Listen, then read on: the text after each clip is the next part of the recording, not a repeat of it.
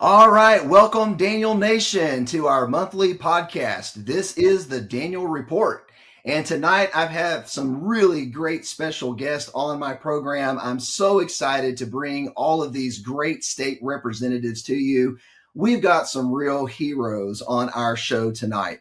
We have got Representatives David Lowe, Shelley Luther, and Mitch Little, who all are freshmen in the 89th Legislature. And we're going to be seeing what the legislature was like through a set of fresh eyes. And I'm so excited for them to share their stories with you, some of their victories with you, maybe some of their challenges that they faced with you as well, so we can learn from their experience. And I just want to say, starting off, all three of these representatives are heroes in my book. I highly value, honor, and respect all three of these individuals. You know, David, we're going to talk about you tonight. I mean, you had some great wins this session, and we want to honor you for that. Also, 12 years in the Army. We just, celebrated a Flag Day, and just want to honor you and your military service. Of course, Shelley Luther, you've been a hero since we met you during COVID, when you tore up Judge Jenkins' orders, with your salon and went to jail for it. So you've been a household name in our house since 2020. And then, of course, Representative Little, defending Ken Paxton in that sham impeachment trial, standing up for our Attorney General. I mean, you guys are all rock stars on this call tonight, and I'm honored to have you on. So I want to start off by talking about what was it like running for office as a state representative? You guys are all new to running for state office. And so whoever wants to jump in, just quickly share your story. What was it like getting out there and campaigning? Maybe Shelley, you go first because you ran 3 times. Yeah, I started to say, which time are you talking about? Yeah, once for senator, twice for House rep. What was it like for you running 3 times for office? A lot of people don't know this, but we ran for state senate the first time, basically right after I got out of jail. And then we ran a second time for the state representative position in Grayson, and we lost that by 17%. I mean, that's a lot. We lost by a bunch. My husband and I actually decided that we didn't want to go into politics anymore, thought God was leading us in a different way. So we decided we would not run again. And then, unfortunately, I had a brain aneurysm and was hospitalized, had a life-threatening strokes and all of those different things. But when I woke up from that, I was so grateful to God for what he did to me. I feel like he prepared me even more for, the political office. So at the very last minute, we decided to put our name in and won that election. So it's been pretty cool. And what's crazy is I thought I was ready the first 2 times, but now I'm ready. So it was really cool to be able to do that. And it's definitely been an experience, and I'm very grateful and blessed. So, yeah, you have such an incredible testimony. Of course, you've got your book that you and Tim wrote, and just amazing story. And you've come and shared your testimony at my church and how God healed you from that brain aneurysm, which was an absolute miracle. And to say that the hand of God has been on your life is an absolute understatement. You are a walking miracle. And so thank you so much for sharing your story. Of course, David, you ran twice for House before you got it. You were Volunteer of the Year with the county party and Block Walk for others. And tell us about your experience running for State House. So when I first decided to run, I don't think anybody believed in me. Nobody, not even the volunteers that wanted to sign me up at the executive committee meeting when I wanted to announce. And we lost by 789 votes the first election. And I told my supporters, hey, we got to find somebody else. This is a lot of work. It got really nasty. And, I wanted to find somebody that could beat my opponent. And they couldn't find anybody. So they were like, you got to do it again. And so that's exactly what I did. And praise God, we were able to win despite being outspent 8-1. And then I think I proved some of my the naysayers wrong by having a good first session. Yeah. Oh, absolutely, man. They're eating crow right now as we speak. So, and Mitch, I don't know your campaign story as well as the others, but tell me about what it was like for you running. It was a wild ride, no doubt about it. I'd never run for office before.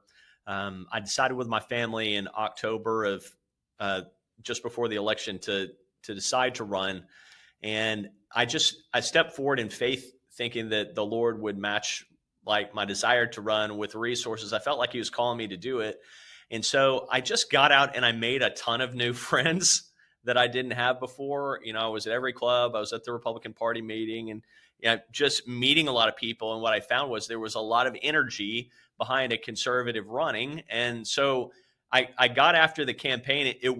I didn't feel real fear until we got into early voting. And I was like, what's going to happen now? God, how are you going to make this all work? Because I was being outspent by a lot as well. Not 8 times to 1 like David was, but at least 2 to 1. And I was in early voting. I was just like, Lord, I need resources. And I was down to like my last penny. And I remember standing in the parking lot at the public library in early voting. And somebody called me and said, hey, we're going to give you $250,000 to go up on broadcast. I mean, it was literally down to my last campaign dollar. And I was like, that is a miracle. And so I'm meeting people at the polls and handing out flyers, introducing myself. Hey, I'd love to have your vote. And one day, people that I knew but I didn't remember started coming up to me. I'd served as an elder. I was the chairman of the board at our church for several years. And people were coming up to me, and I introduced myself. Hey, I'm Mitch Little. I'm running for office. And this one lady goes, yeah, I know who you are. I said, well, how do you know who I am? She's like, because I was in church and you prayed for me. I just lost a pregnancy, and you prayed for me that I was going to have twins. And then I had twins. and then later that day, another lady comes up and she says, I know who you are. You came to the hospital and prayed for my best friend who had bone cancer, and God healed her bone cancer. I mean, it was like being in an episode of This Is Your Life while I was at the polls, and people that had contact with me, but not in a political context, were coming up and encountering me that way. And I was just like, I knew that was where I was supposed to be. On election night, I was down in early voting by like 3%, and I crawled my way out of it. And praise God, we crossed over by like 150 votes at like 11:30 at night, and I won by fewer than 300 votes. Wow, what an incredible story. You guys all have incredible testimonies of how God really had a hand in getting you into office. It encourages me so much. And I know there's others watching this show tonight that are thinking about running in 2026, and your stories are fuel for the fire. And so I really appreciate you guys sharing that. Now, going into your freshman year, what expectation did you have of what the legislature was going to be like, and what was the reality of what it was actually like? Who wants to take that one? Shelley, you're smiling. A lot of people ask me, like, was it what you expected? And really, looking back, I didn't really have any expectations. I just knew that I was just going to live minute to minute. And that's exactly what we did. We took everything, like biting an elephant one bite at a time, I guess. And we were actually really prepared, more than I think any other freshman class. We had some of the incumbents that really reached their hand out to help us, lead us in prayer, and teach us all of the things that would normally bog down a freshman class when they get there the first, month or so. We were already, we knew a lot of the paperwork that we had to do, how to file a bill. We practiced parliamentary procedure, like a lot of different things that freshmen are usually trying to figure that out in the first month. And we were like, okay, we got that. Besides figuring out where the bathroom is, how do we like really get stuff done? And we worked as a block, and we were able to stay together pretty well for most of the votes. And the House floor to me is almost like, if you walk on the Senate floor, it's like the library. It is so quiet over there compared to, and the House floor is more like like some sort of, I don't want to say fraternity party, but that kind of atmosphere with a bunch of cats with dog personalities, like herding that. I don't know. What would you guys think? What would you say it's like? It's crazy. It was, what was interesting was we're all experiencing things for the first time. And Shelley was my desk mate. And there were a lot of times in the first few months where I would just look over at Shelley, and Shelley would be kind of rocking back and forth, and I'd see her lips pressed together really hard, just shaking her head. And we would just shake our heads at one another at the things that were going on. And that was a regular occurrence. You think that things are going to be one way and then they're another. I expected to basically be dropped into a hot landing zone and everybody hate us. And I don't think that was really and truly the experience.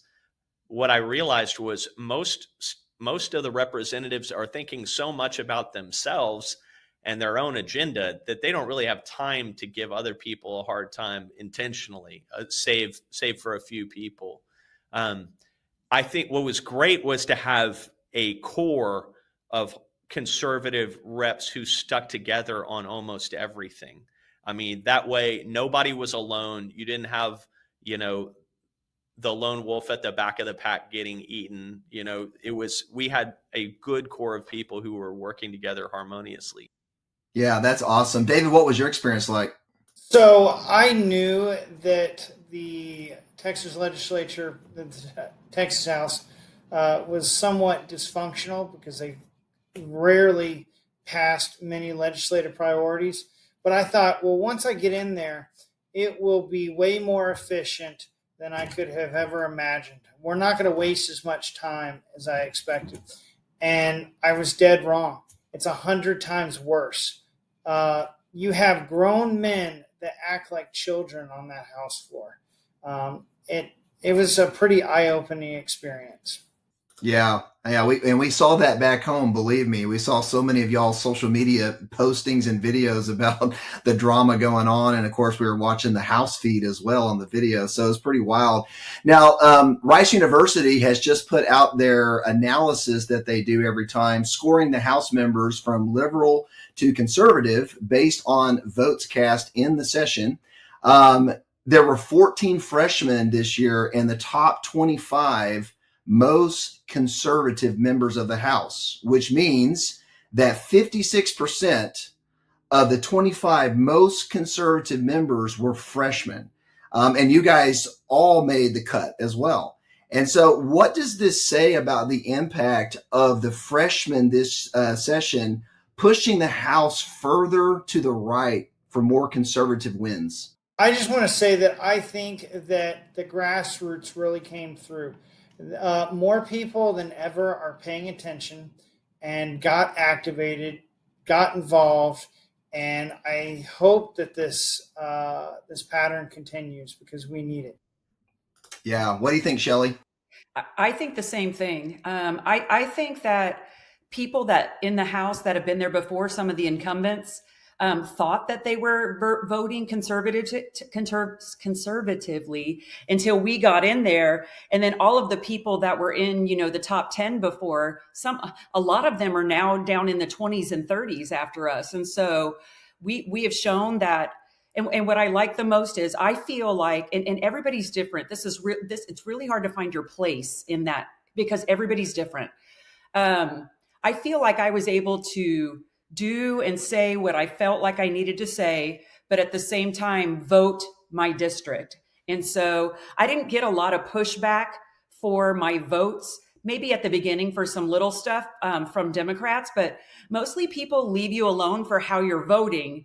It's about, other things that you do that can maybe disrupt what, actually getting stuff done there.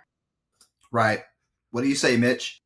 Yeah, I think having that freshman contingent in there made it a lot harder for people to hide and pose as conservatives because there were actual conservative votes on the floor now.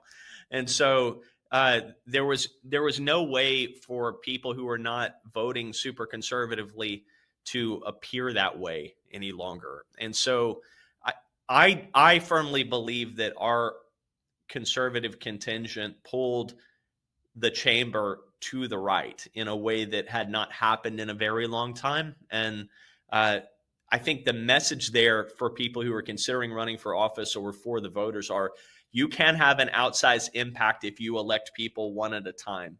Like, I think the prevailing wisdom was you're not going to be able to affect the House. There's just too many people there. You can't really make a difference. I think they're wrong. I think we made a difference. Yeah, absolutely. I agree. Y'all made a huge impact. Now, after every session, the representatives always come back to the district and they say, most conservative session ever. And we did get 37 priority bills passed. The Republican Party has already put out their report. So this is a two-part question. Number one, you've seen previous sessions like I have. Do you feel that this is the most conservative session we've ever had? And number two, David Cook made the top 20 cut of most conservative members. He was number 20 on the list. If we had elected David Cook as the speaker, would the session have been more conservative than it was under Dustin Burrows? Who wants to tackle this?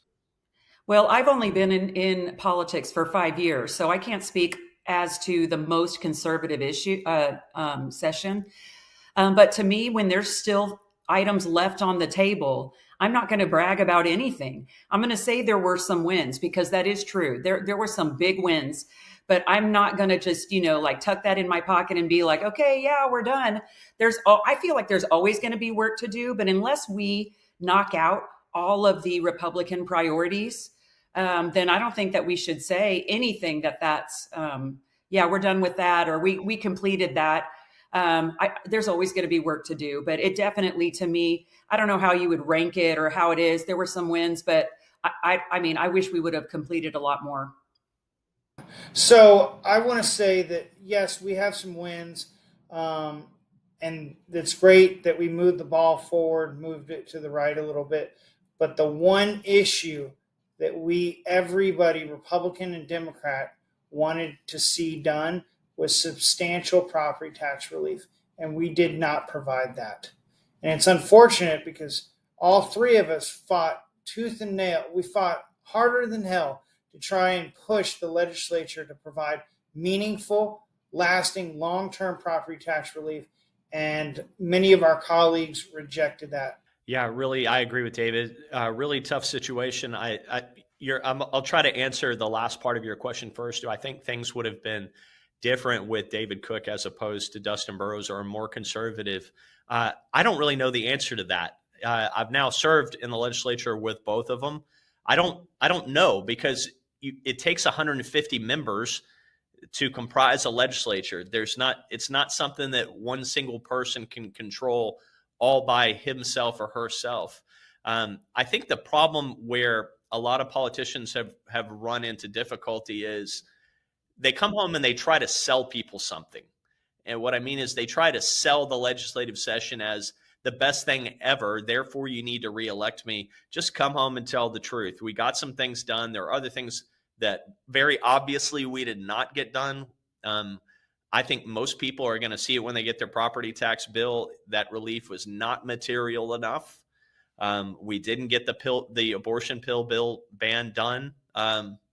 We didn't ban taxpayer funded lobbying. So there's a lot of meat left on the bone, and anyone who's telling you something different is trying to sell you something.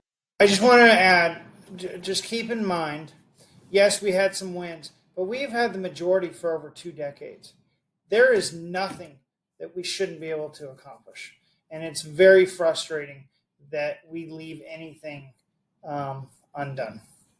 Yeah, absolutely. So speaking of taxpayer-funded lobbying, do you feel like the governor will call a special session to deal with that, or property tax relief, either of those issues? I think that we're going to get called back for redistricting of Congress.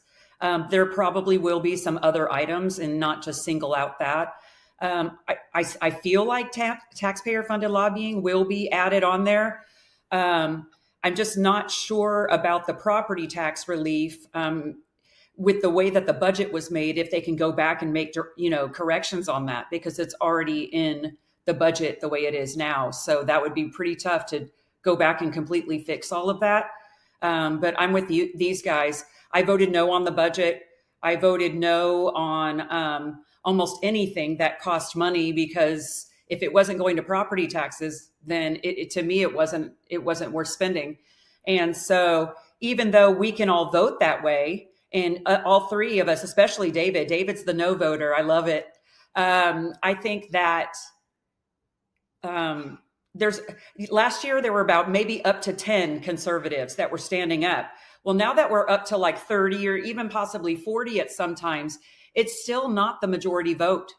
And so if there's other Republicans that are not as conservative, it's still going to be hard to move that ball forward, as David said. And so we've got to get more, either these people need to vote more conservatively or we need to try something else. Why did okay, so we had what was it, $24 billion budget surplus, 20 billion, I don't know, huge amount. Why did we increase the budget 40 something percent over the last biennium? I'm trying to understand why we're increasing the budget by that much whenever we have such a surplus. Why are we not just giving the money back to the taxpayer? Yeah, philosophically, Brandon, I think the problem is that there are a lot of politicians who are in the Texas House and in the Senate who are just okay with spending growth. And I've said this other places, I'll say it here too. If you took all 150 members of the House and you laid them left to right on an ideological spectrum, the problem is that the 100 people in the middle agree on spending your money. That's the thing that they agree on, whether they're on the right or on the left. It's this uniparty control of the budget process. And truly, there's only a handful of people whose opinion really matters in the budget. I mean, we spent all night until like 4 a.m, guys, on the budget. And I'm not convinced we made a lick of difference. I think the real budget is hammered out by a handful of elites in the legislature and the governor and the lieutenant governor. And we have very little ability to affect that ball while it's in flight. I agree with that completely. A lot of people don't realize that, it's sent to committee. That chair of committee is in charge of that, appropriations and all of those things. But like, we aren't really actively involved in building the budget until basically we see it. And then you're allowed to try to put amendments on, which is almost impossible because you've got to not only take it from somewhere, but put it somewhere else that is related to that subject matter, or at least in that category. We made tons of amendments to try to take some of that spending out and put it into, border security, or, take it right back out and give it to property tax relief. But we were very unsuccessful with that when there's only about 35 of us pushing those things. Well, and I heard reports that, some of the budget decisions were being done in the back hallway, determining staffer salaries and what staff got paid and offices got paid. They were meeting in a hallway determining that, or they didn't have an open debate when they built the budget where let's all debate on the floor what the budget's going to be. It was all determined in committee. Is that how they normally write the budget, is in committees and hallway meetings, or is it normally done openly with the whole body? One of the biggest shocks to me was how non-diplomatic the budget process is. It is not a representative form of government like it should be when it comes to the budget. A few people are spending everybody's money, and that was actually one of the biggest shocks for me. The budget is mostly written by bureaucrats. The Legislative Budget Board, who the Speaker and Lieutenant Governor preside over the Legislative Budget Board, but there are a bunch of bureaucrats that are writing the budget from an agency standpoint. It's got 11 articles. It's over 1,000 pages long, and most of that stuff is baked in before we ever walk in the door in January. And so what happens in the appropriations process is the people who are on the appropriations committee are hanging stuff onto the budget. It's their writer for University of Houston diversity, equity, inclusion program. They're hanging on a writer for, growing this college's research program. They're just hanging stuff on it. So it's a one-way range. I mean, there's only stuff being added to the budget. Nobody's in appropriations going, you know what, we probably shouldn't spend that. Let's pull that off, or let's take that money and push it over to property tax relief. It's only going to get bigger. And isn't the budget, I heard that the budget package was dropped on your desk in the middle of the night on the day of the vote. I mean, how are you supposed to have time to come up with amendments? It wasn't the day of the vote. It was several days before, but the main problem we encountered was the calendar rule that was related to the debate of the budget. So they set a calendar rule. So if you have an amendment to the budget, you have to file it by, I believe it was 8 a.m. on Monday morning before the budget vote was on either Tuesday or Wednesday. And once you start filing your amendments, other people have plenty of time to come up with ways to counter your amendments. So we had a ton of conservative amendments. I know Shelley and David and I all carried some to try to take some of the unexpended balances or discretionary funds in the governor's budget and move that stuff over to property tax relief. And Republicans and Democrats worked together to kill those in the first 30 minutes of budget night. Hey, Mitch, would you explain what happened with Mary Gonzalez at the beginning when this was happening? Because I think a lot of people don't know exactly what happened, but she killed all of our amendments in the first swoop within like 5 minutes of the budget debate. Well, she wasn't alone. She had an accomplice. So Mary Gonzalez, who chairs one of the appropriations subcommittees, and Dr. Bonin, who is in charge of appropriations, the Republicans and Democrats worked together to remove our take source for put and take. So every time you want to make an amendment to the budget, if you want to move money to property tax relief, you have to take it from somewhere else. It's called the put and take rule. So we were taking money away from the governor's discretionary budgets and unexpended balances of certain state agencies, and we're going to move it over to property tax relief.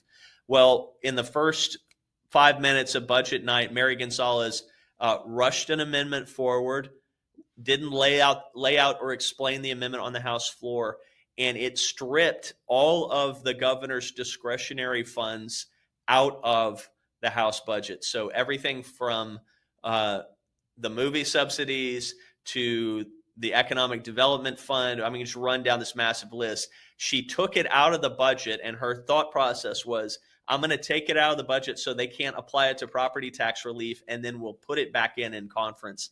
And that's exactly what they did. So procedural lesson learned. Yeah. Yeah.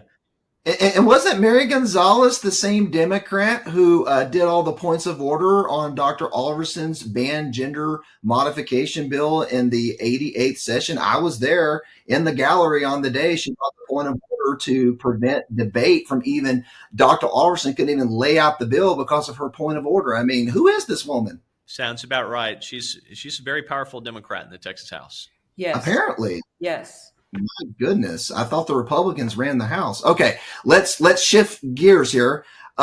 Shelley, let's talk about some of our wins now this session. Shelley, you had a bill that you and Senator Bob Hall sponsored, House Bill 3441, holding vaccine manufacturers liable for harmful vaccines. I know you've got a story behind this bill too. So tell us about the bill. And just tell us about the win and just whatever you want to say about that bill. Well, it was funny. It's crazy that it passed because it's a fairly high number for a bill to pass, especially by a freshman. But one day, Tim and I, before session started, Tim and I were sitting watching TV, and this pharmaceutical commercial came on for something. And you know how they come on, and then everybody's all jolly and dancing around. And then at the end, it's like, you could die. You could have a stroke. You could have all of these different things by taking this one thing you needed for like eczema or something. And I'm like, no, I think we're good with the eczema. I don't think we need to take anything that could actually kill you. And then I got to thinking, first of all, how are they even on TV with this? Number one. But number two, how are vaccines able to put like ads on social media, shaming us into taking this vaccine and all of these other things? But actual vaccines are not liable by any government entity. So I'm like, oh, wait, that's me. So I filed the bill, and I didn't think it would go anywhere. And it was the one Republican priority that I was able to pass. And let me just tell you, I worked that floor for weeks, and a lot of people don't understand what it takes to actually pass a bill.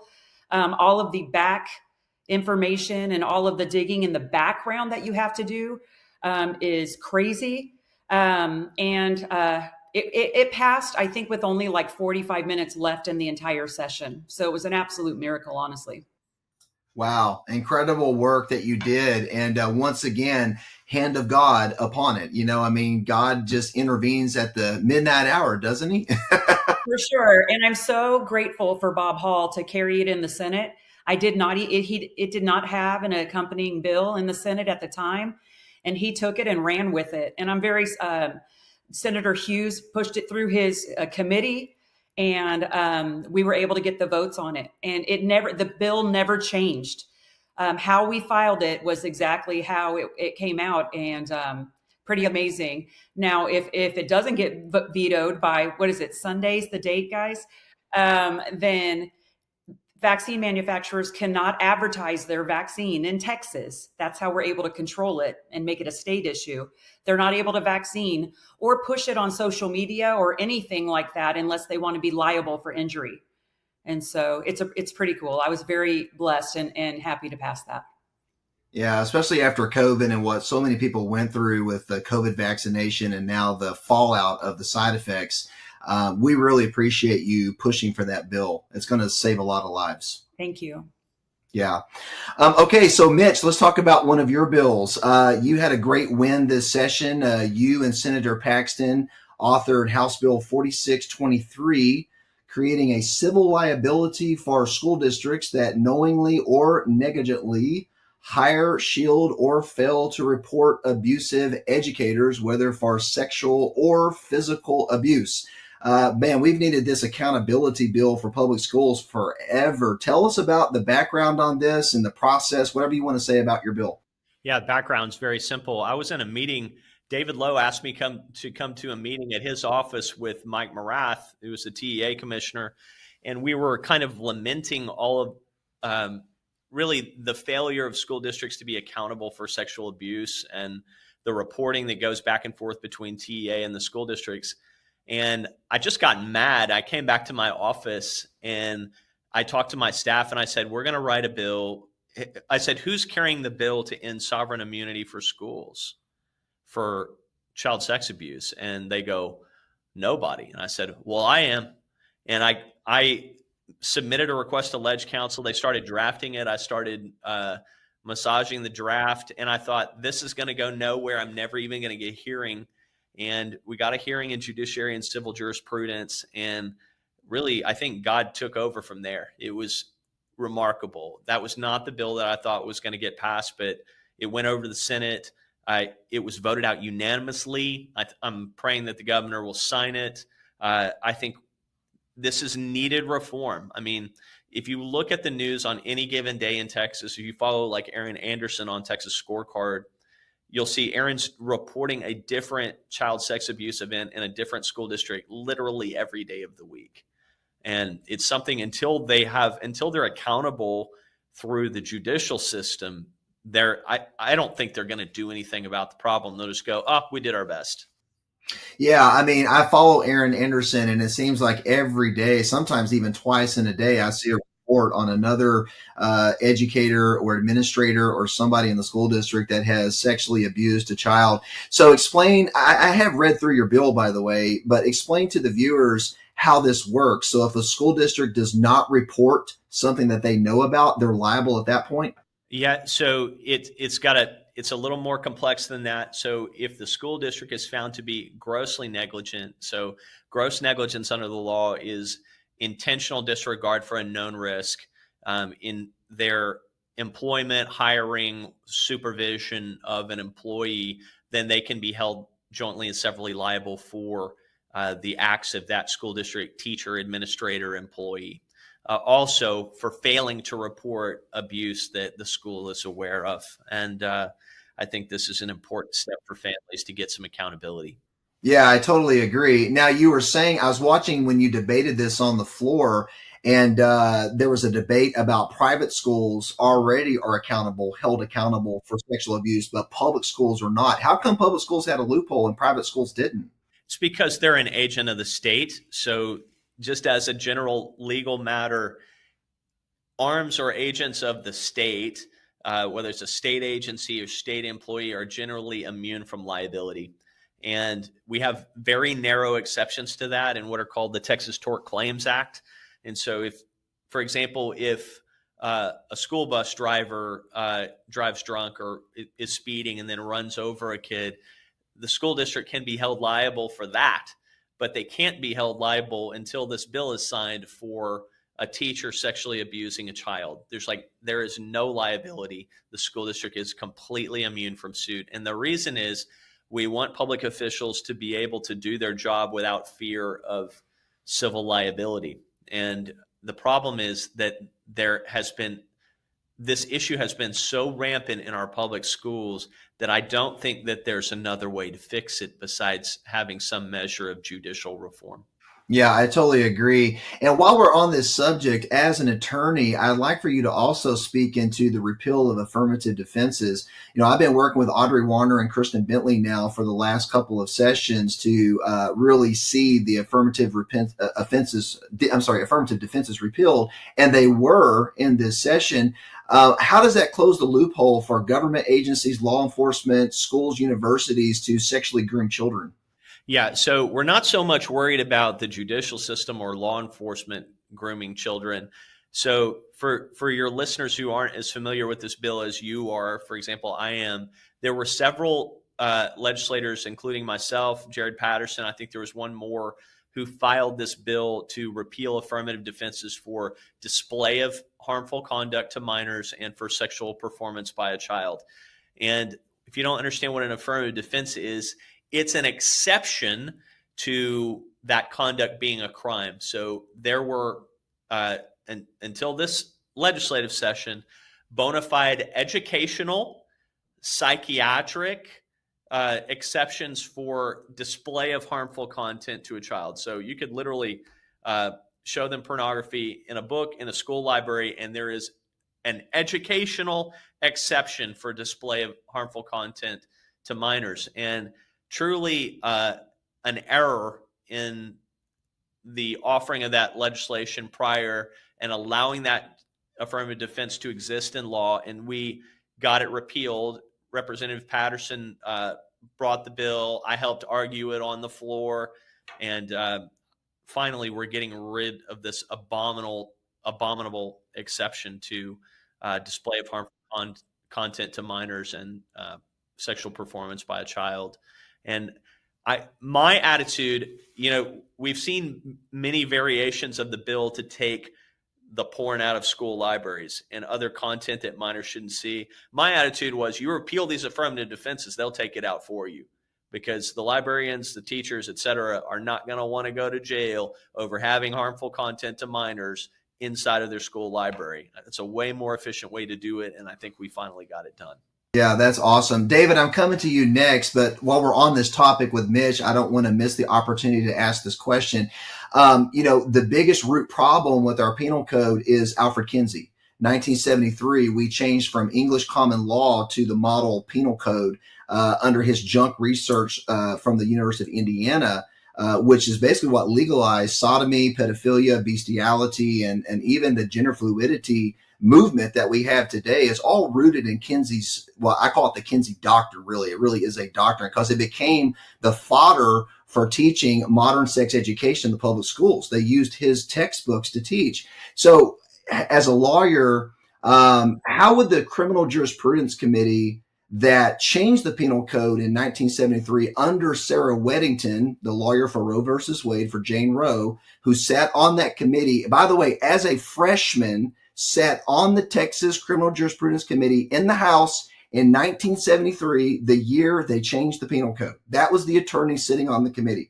How can we put another attorney on that committee in the 90th session and say, you know what, we're going back to either pre-1973 or we're just going to rewrite the penal code to take all of these sodomy, legalization of this kind of stuff, not processing it as a felony, but as a misdemeanor. How do we get back to really, the way the penal code used to be? Fascinating. I don't think you're going to be able to put that horse back in the barn. The penal code is extremely lengthy. We have a lot. I mean, it is kind of the foundation for what our current criminal justice system is now, combined with the Code of Criminal Procedure. I sat on the Criminal Jurisprudence Committee this time. As far as things like bestiality, sodomy, those things are still actually in the code as illegal. In fact, there was a bill that Vinton Jones tried to pass this time, taking removing the sodomy law from the penal code altogether. It's not currently enforced. The bestiality and other kind of more prurient components of the penal code still are enforced. I think our bigger problem, Brandon, is not so much the content of the penal code, but the overall licentiousness of society and its kind of lurch toward acceptance of a lot of aberrant lifestyles and things that are ultimately harmful to children and families. These are things that we're going to have to constantly be watching out for. You know, one of the things that was kind of shocking this time that we dealt with, and Nate Schatzline filed this bill, was criminalizing the use of childlike sex dolls. You know, there is, like, we're having to constantly try to stay one step ahead of the degradation of society in the penal code and elsewhere too. Unbelievable. Well, I think you said it. The key is society coming to Christ. You know, we need revival. Obviously, we need a move of God in our state and in our nation to, turn the moral tide. You can't just litigate or even write laws to change everything. You can fight, the degradation, but it's got to be the heart change, the conviction in people's lives that moves society back towards the Lord. So I agree with you. David, let's come to you now. You are also one of our heroes this session, and I want to talk about some of your big wins. First of all, you and Brian Harrison were the only two representatives to call for the vacating of the speaker's seat, calling for Dustin Burrow's removal. Thank you for stepping up. You guys were the only two reps to oppose psychedelic research funding in the budget. Thank you for standing up for that. And also, you voted against the $338 million budget because it didn't deliver property tax relief. But you also won the award this year for calling the most record votes in Texas House history. Can you explain to our viewers what a record vote means and why that was meaningful? So a record vote simply is making sure that it goes on a record, right? There's a lot of voice votes where you don't really know how everybody voted. They ask for yays and nays, and whatever the speaker hears is the majority, is how the bill gets passed. Well, I believe that everything we do in the Texas House of Representatives should absolutely be recorded. And so not every morning, there were some days I got busy and wasn't able to turn in the sheet, but I had a sheet that listed every bill number, and it said, and I signed it, and it said, request record vote on all of these bills and their amendments. And I'm going to do that even more next session. I will tell you, some of my colleagues asked me many times to stop doing that. They said I slowed down the process. But it's an important process, and it really doesn't take that much time. A record vote is like 7 seconds. A Gene Wu speech could be 30 minutes. And we spent 55 hours arguing points of orders. So it was really not that long. Well, and to your point, to the importance of record votes, how important was it for the Republicans to go on record as to who they voted for speaker? Oh, it's very important, right? That is one of the most important votes that we take in the session because they set the tempo for the entire session. And, so. Yeah. And I mean, even the nuclear option to close debate, to vote on the rules that you guys did not get to amend or discuss, that were written by the old parliamentarian that served under Obama's presidency as the previous House parliamentarian. I heard he wrote the rules. Am I wrong about that? We can't say for certain, yeah, but we didn't see it for ourselves, but likely yes. Yeah, his initials were on the bottom of the draft, as I recall. Yeah. So I think, forcing a record vote on some of these issues that they try to rush through because they don't really want the voters to know how they voted on them. I think this was really reformational in this session, David, for you to force those record votes. That was huge. Well, thank you. I will point out that there are a lot of record votes that are required by the rules and by the Constitution. So while I did request a lot of record votes, mostly on second readings, all third readings require a vote, a record vote. And while I'm talking to you, why was it important for you to ask for the speaker's seat to be vacated? Why did you make that vote with Harrison? Because I didn't believe that he was fulfilling his duties.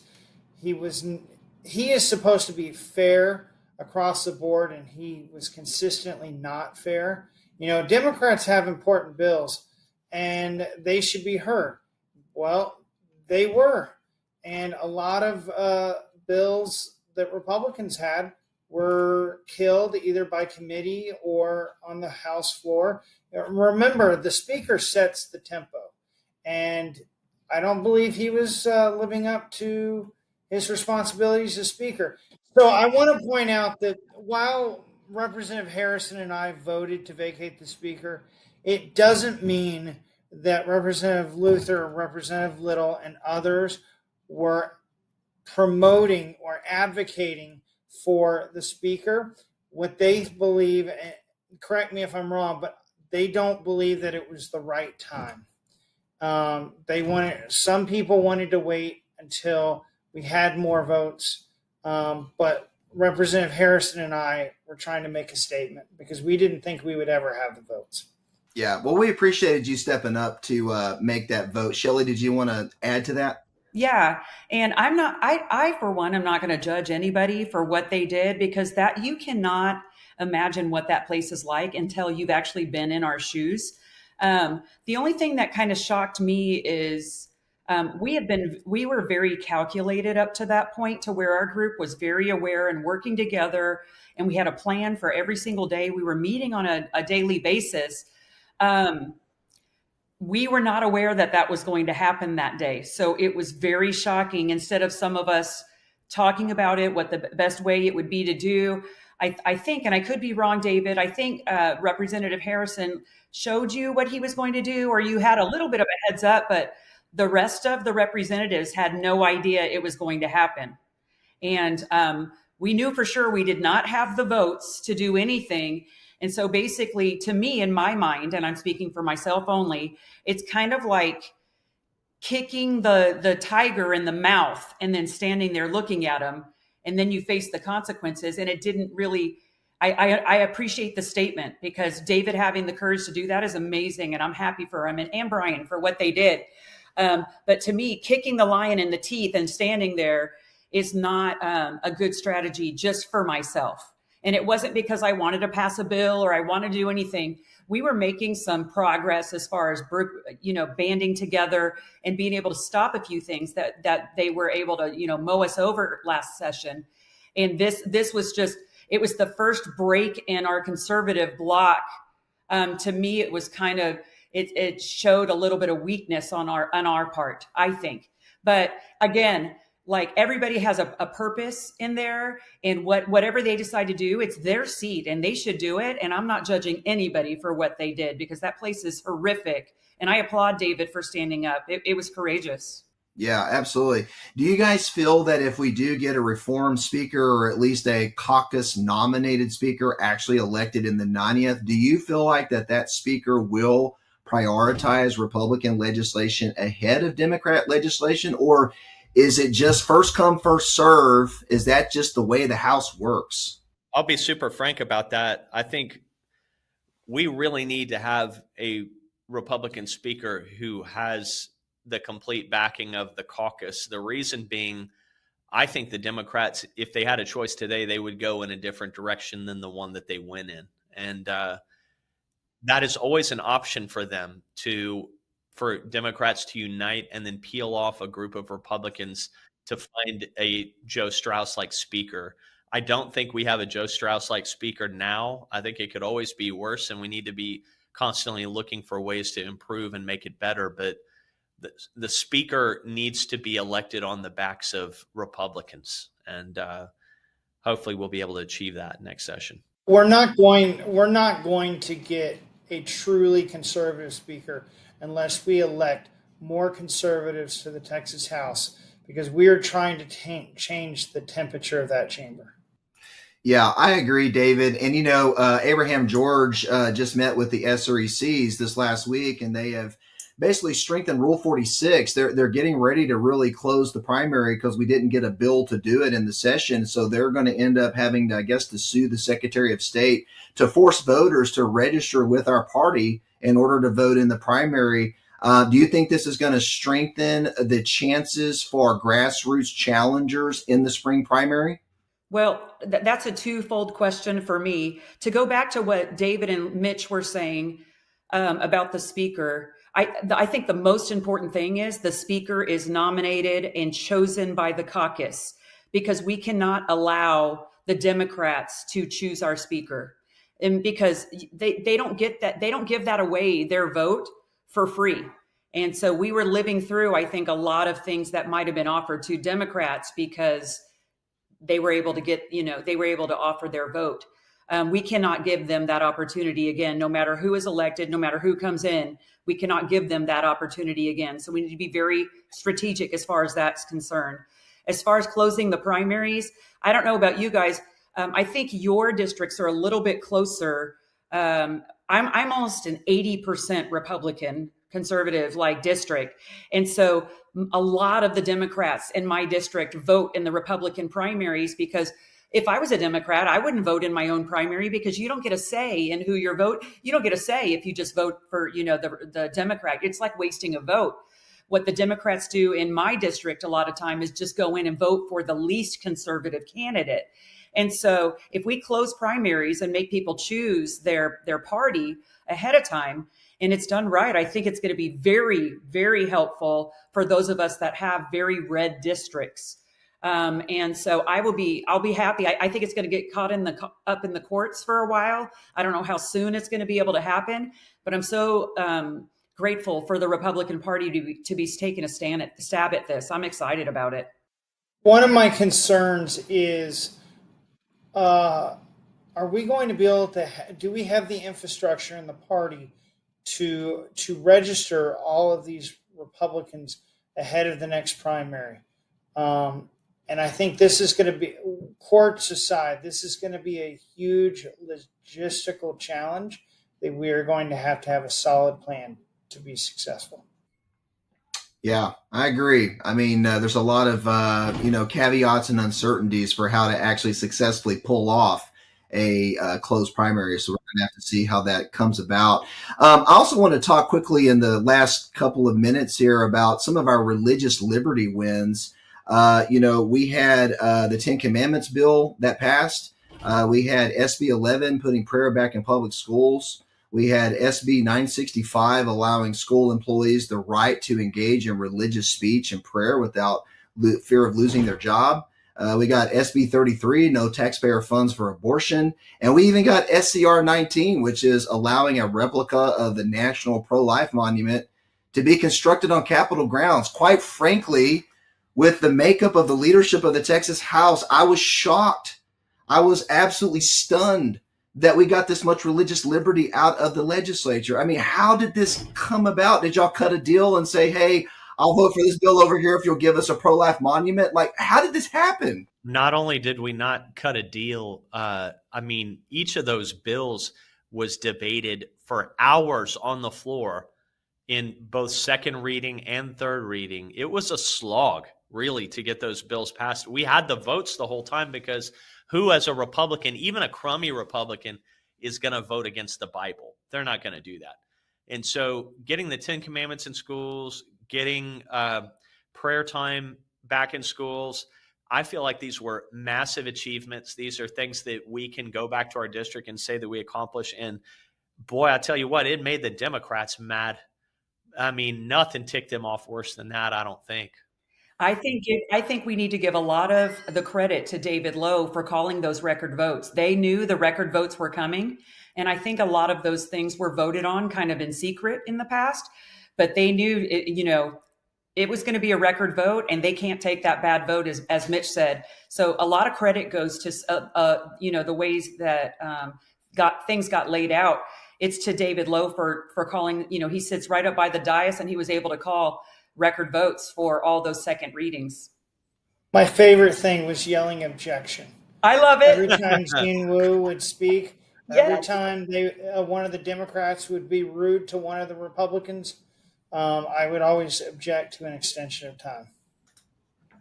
I enjoyed listening to it as much as you enjoyed saying it. That's actually when we picked our desk during freshman orientation. I literally put my desk right there just because of that. So that's amazing, and it's not a. What was I going to say? It's not we didn't do it by accident. Mitch and I sitting by the back mic. So that's great. It was not by accident. Now, I'm noticing that a lot of these bills have not been signed into law by Governor Abbott. I know he has till Sunday. Is he just going to let these go, or do you think he might veto some of these bills? What are y'all's thoughts? Well, if he lets them go, they're law. As long as he doesn't veto them, then they will roll into being law. So I'm good with it. Just rolling, like with mine. I know Mitch would be fine too. There's a rumor that even after the date where he has to either veto them out, he still will make some trips around Texas.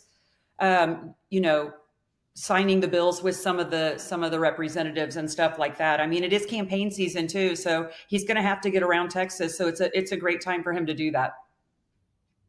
Yeah, awesome. Well, to wrap up tonight, I just want to ask you guys, what would you say to anybody that's thinking about jumping into the spring 2026 primary to flip some of these incumbents out of the House? Of course, not you guys. We don't want any challengers running against y'all. We want to keep our good guys in, but some of these other guys that didn't make the top, 25 cut on the Rice University poll, what would you say to some of those challengers thinking about running? What's your advice? I would just say my encouragement to them is to do it prayerfully, really prayerfully consider it. Make sure that you've got the ability to raise some money. Make sure that you can get investment from your family and your friends in that process, because it is going to be brutal. It's going to be a fight. There are going to be days where you're afraid, days where you're feeling good, and it is a wild ride. I'm glad that I did it, but it's an adventure, and you need to be ready for that. My advice would be to have the thick skin, and you can't take everything personally. And once you put yourself in that position, people can say and do whatever they want, and you just have to be okay with it and just do the best you can. And you have to be able to put your head on the pillow each night saying, I did the absolute best that I could do today, and I can't do any more than that. And thank you, God, for being with me all day. And then just forget about it. Literally forget about whatever happened and tackle each day, honestly, minute by minute, because it changes that quickly. I would say, number one, believe in yourself, even if nobody else does. And if you feel that strongly that you should run, I think you should do it. Just be prepared to work harder than you ever have in your entire life, because it is difficult to get where we are. It was God's help. That's the only reason why we're here, but also hard work and believing in ourselves. That's great advice. I just want to end the show tonight by saying that we are holding a grassroots candidate workshop in Frisco on Saturday, August the 16th. For more information, you can go out to my website, danielnation.com, click on events, and you'll see it on the page. The cost of the workshop is $35. It includes lunch. It's from 10 a.m. to 2 p.m. And we're bringing in Brett Rogers, author of the book, The Goal is to Win. He works with Joanne Fleming at Grassroots America and is the guy that put out the House of Bad Cards and the Grassroots Priorities website, keeping up with the voting records. That's what he does. But he's worked on over 60 campaigns and helped people from local to state, even national office, run for office. And so if you're thinking about running for office, now is the time to get the equipping and prepare and strategize and pull your campaign together. So I would encourage you guys all to attend that workshop in August. I just want to say thank you all so very much for your time. Thank you for your courage. Thank you for your tenacity, your perseverance, your boldness, never flinching or giving up in the face of opposition in this session.